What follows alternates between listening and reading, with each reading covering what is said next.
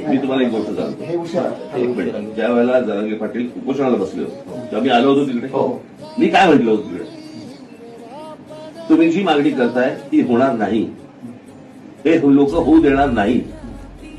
यांच्या मनामध्ये फक्त तुमची माती भडकवणे, संघर्ष घडवणे, यातनं हातामध्ये मतं मिळवणे, आणि तुम्ही वाऱ्यावर पडलात तरी चालेल. मी तुम्हाला एक गोष्ट सांगतो, उद्या जर हे राज्य माझ्या हातात आलं, मी तुम्हाला सांगतो महाराष्ट्रात कोणालाही आरक्षणाची गरज लागणार नाही. आपली मराठी मुलं, आपल्या मराठी मुली, आपला शेतकरी, याच्यावरती जो पैसा खर्च व्हायला पाहिजे ना, तो नको त्या लोकांवरती पैसा खर्च होतो या महाराष्ट्रात. माझं म्हणणं एवढंच आहे की हा प्रश्न सोपा आहे, असाच ती सांगते तसाच. असं हे तुम्हाला सांगणं आहे, हे जे तुमच्या तोंडाला